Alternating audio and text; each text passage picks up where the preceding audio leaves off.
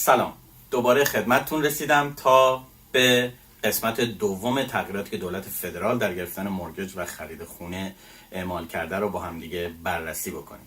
در ویدیو قبلی توضیح دادیم که داون پیمنت و مینیموم داون پیمنت چجوری و برای چه قیمتی از پراپرتی ها تغییر میکنه. این خیلی مهم بود. امیدوارم اگه نگاه نکردید حتما نگاه بکنید، چون بسیار به خرید خونه برای افرادی که زیر 20% داون میخوان بذارن کمک میکنه. امروز اومدیم تا قسمت دوم این تغییراتو که باز هم از 15 دسامبر 2024 اعمال میشه رو با هم دیگه بررسی بکنیم. خب اجازه بدین این کاور رو بردارم.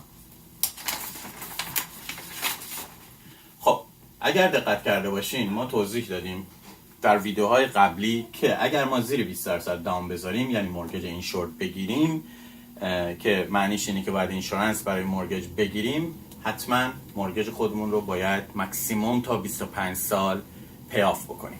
خب حالا دولت فدرال اومده این قانون رو تغییر داده، گفته که شما میتونید تحت شرایطی این مورگج رو تا 30 سال هم پیاف بکنید.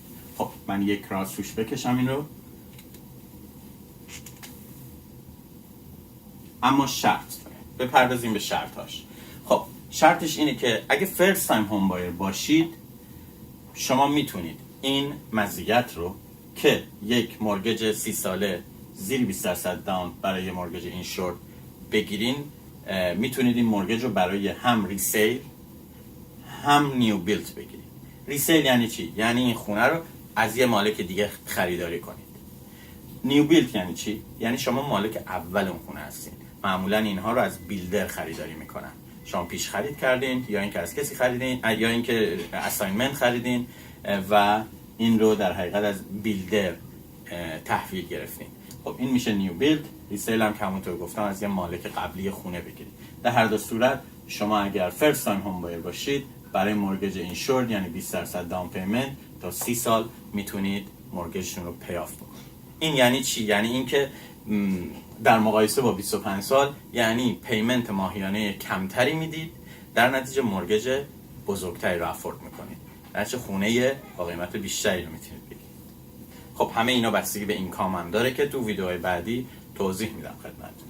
اگر فرست تایم هوم بایر نباشید، فقط روی نیو بیلد، یعنی اینکه خرید از بیلدر یا اینکه شما اولین در حقیقت مالک اون خونه هستید، فقط در این جور پرچس ها این اپلیکیبل خواهد بود که میتونید تا 30 سال برای یه مورگج اینشورد یعنی زیر 20% داون پیمنت امورتیزیشن داشته باشید.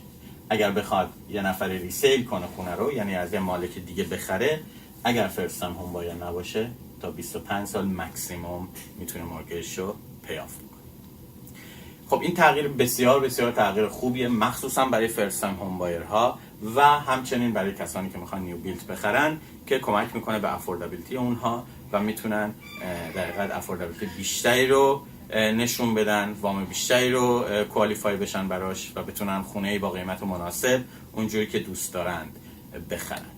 اگه کامنتی چیزی یا سوالی دارید، خوشحال میشم زیر این پست یا اینکه با این شماره در تماس باشید. همیشه اینجا هستم تا کمکتون کنم. با امید دیدار.